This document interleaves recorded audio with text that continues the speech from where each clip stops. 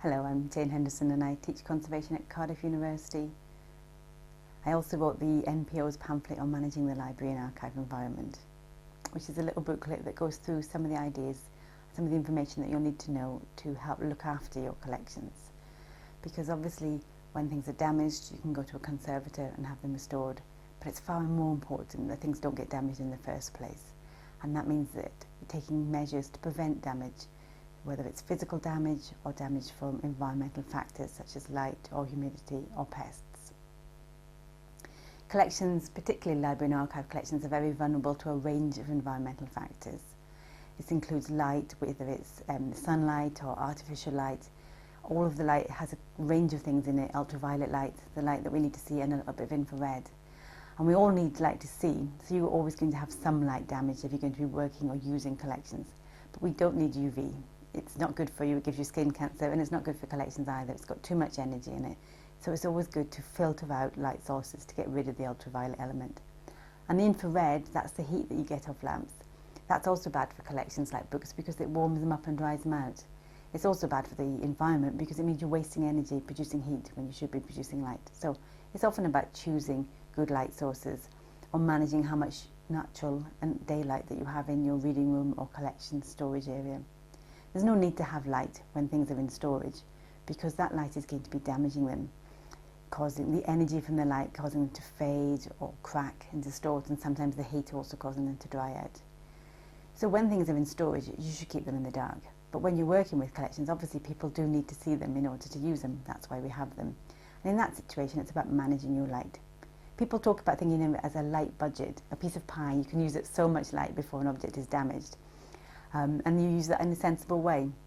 So you keep the light levels down, perhaps 200-300 lux if people are looking at things, keeping out the ultraviolet element, making sure you don't have any direct light, and making sure that it's easy viewing conditions so that there isn't bright spots in the ways that stop you from being able to see. It's quite simple to manage light if you just go through the steps, but it can help prevent a great deal of damage. Okay, another thing that can cause damage to collections is incorrect relative humidity. Now, relative humidity is the measure of how damp it is in the air.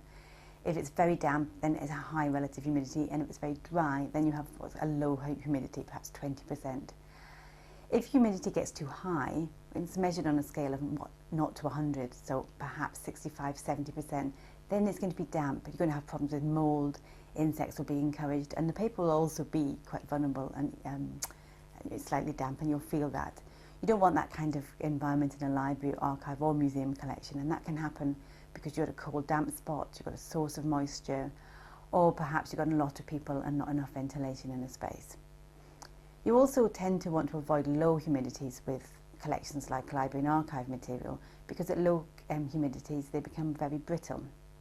Some collections, some specialist materials, some geology and some metal are actually more stable at low humidities. So for example, if you go and see the SS Great Britain in Bristol, you'll see that the whole ship is preserved in a low humidity environment. But that wouldn't work for books or documents. They're much more stable around the middle range, about 50% relative humidity. And lots of museums, libraries and archives strive very hard to achieve conditions somewhere between 40, 50 and 60%.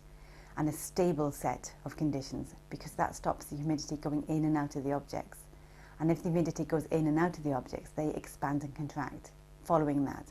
And as they expand and contract, perhaps if they're a book and they're held in a spine, then the pages strain against the bindings. And that can do quite a lot of damage. You may have seen a book that you've dropped in a bath and you've seen how curly it goes. We hope never to go that far, but even so you can see that kind of damage that can be done by incorrect moisture levels. And temperature contributes as well. As you know, in the winter when the heating is on, your skin gets very dry, but equally collections in a heated winter building will get very dry too. So many organisations add moisture with humidifiers or air conditioning systems. But you can also do a bit by not having too much heating in the winter, especially where it's not needed. And thinking about what collections are being used. If collections are dry, they can be more stable, but they're more brittle, so that they're more vulnerable if they're being handled. So it's particularly a concern perhaps in a reading room. You need to keep humidity levels at a sensible midpoint. Another things that you need to consider are the level of pollution and whether you have any insect pests. Pollution is particularly a problem in urban areas where they have build-ups from industry, transport and things like that. But you also get pollutants inside of museums or libraries and archives from inappropriate material choices, so perhaps some oak shelves, which may look lovely and very valuable, would be disastrous for a collection of lead pilgrim badges, which would corrode with just the vapours that would come off the wood. So inside collections areas, as you know, you would be looking for high quality shelving so that it's not giving off pollutants that will damage collections. So when you're managing pollution in museums or libraries and archives, you're doing a mixture of two things.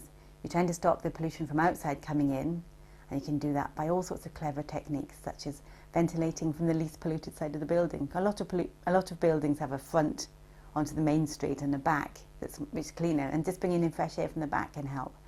It's amazing how much surfaces will absorb pollutants. So rooms in the middle of a building will tend to have less pollution than rooms on the outsides because it gets absorbed on walls and carpets on the way in. But then once you're inside, you need to make sure that you pick good suppliers who will supply you with materials which don't give off anything which will damage your collection, so that you're not generating high indoor concentrations of pollutants from things like formic acid, formaldehyde and things like that. You do have to consider insect pests in terms of pollution because of dirt and dust will encourage insects, and the damp that I mentioned, high levels of humidity, will also encourage a lot of moths and insects. So controlling your levels of moisture and keeping your place clean will help keep your pest levels down as well. If you're going to manage the environment of your library or museum or archive collection, you also need to monitor and collect data, and there's a range of equipment available that you can look at to buy and install, which will give you data from a few numbers to strings and strings of graphs, depending very much on your enthusiasm for interpreting that sort of thing.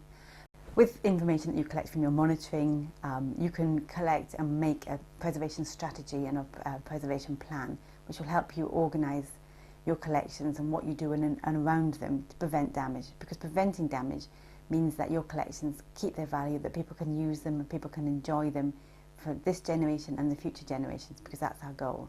If you'd like to read a little bit more about it, I can refer you back to the pamphlet I produced for the National Preservation Office on managing your library and archive environment.